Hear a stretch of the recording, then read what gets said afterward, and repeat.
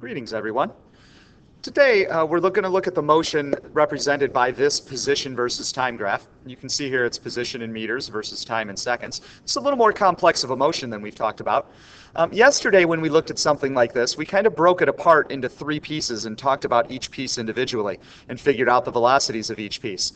Today, I want to look at it more as an overall thing. What can we say about this motion over the entire 10 seconds? Now, before we do that, let's make sure that we understand the motion that's going on here. If we look at the y-intercept of our position time graph, that's our initial position, so our little walking guy down here at the bottom is going to start at a position of 10. Over the next 1, 2, 3, 4 seconds, he's going to walk to the left and end up at a position of -2. Remember, -2, when you're talking about vectors, doesn't mean smaller, it means to the left of 0. So he's going to walk over here to the left of 0 to 2. Then he's going to stand still for 3 seconds. Notice no slope, the position stays the same. He'll stand at -2.0 meters. Then he's going to work to the right, walk to the right, and end up at 0. But that's going to take him 3 seconds. So if you notice here, this slope is much less steep than the original, and so he will walk slower back to 0. So here goes the motion. Watch it with the graph. So there he is walking to the left, 4 seconds. Stopping for 3 seconds, and then slowly walking back to 0 in the next 3. Let's watch it one more time. A negative velocity, fast, a 0 velocity, and then a slow positive velocity. Okay, so how could we discuss this motion kind of overall, over the entire 10 seconds? Well, imagine that you go out driving this weekend, and you go out and you drive 100 miles, and it takes you 2 hours. Well, what could you say about that motion, 100 miles in 2 hours? Well, you'd probably say I went 50 miles an hour. Does that mean you went 50 miles an hour the entire time? No, it means you averaged 50 miles an hour.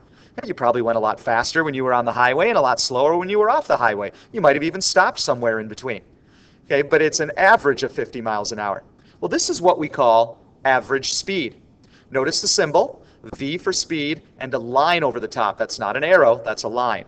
Okay, some will write this with a subscript of AVG for average, but I prefer the line kind of thing here, right? Not an arrow.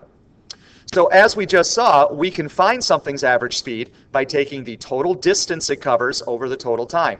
Notice no vector quantities, no directions, total distance, total time.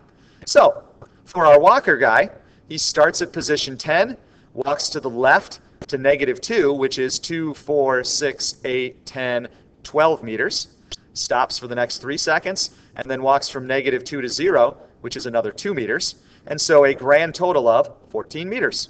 And he does this in 10 seconds. So our answer, hopefully you can do this one in your head, and notice decimal point, so the 0 counts, so there's 2 sig figs in both. So our answer is 1.4 meters per second. This means that on average, in walking from 10 to -2 back to 0 again, he went on average 1.4 meters every second, even though sometimes he was going much faster than 1.4, and sometimes he wasn't even moving at all. This is just an average. But what if we took into account the direction that he moved, not just the distance? Then we would end up with a quantity called average velocity.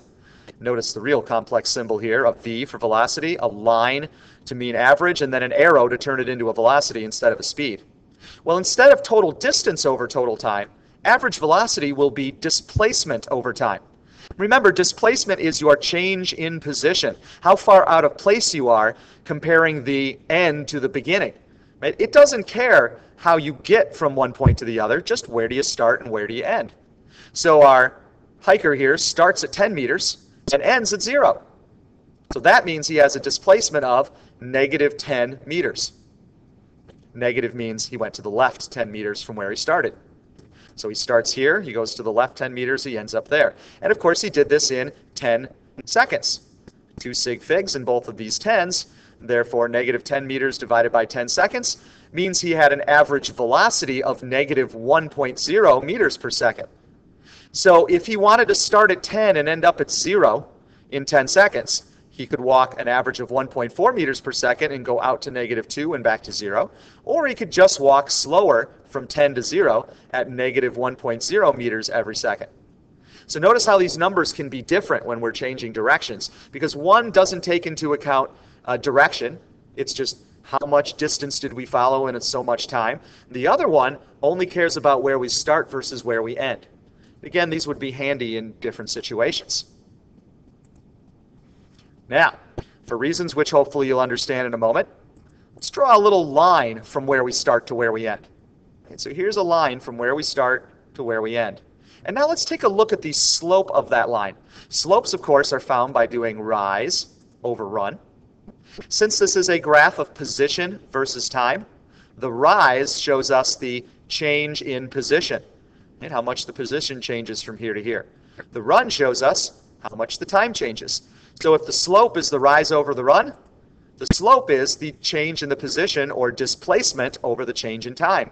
But if you go back one slide, you'll see that we just defined that to be the average velocity. So now we can define what the average velocity is graphically.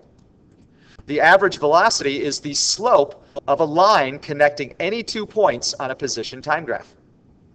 So if we found the slope of this line, let's go back there. If we found the slope of this line, right, it would have a rise, which is actually down, of -10, and a run of 10, and you get -1.0 meters per second. So the slope of any line connecting 2 points on a graph of position versus time gives you the average velocity.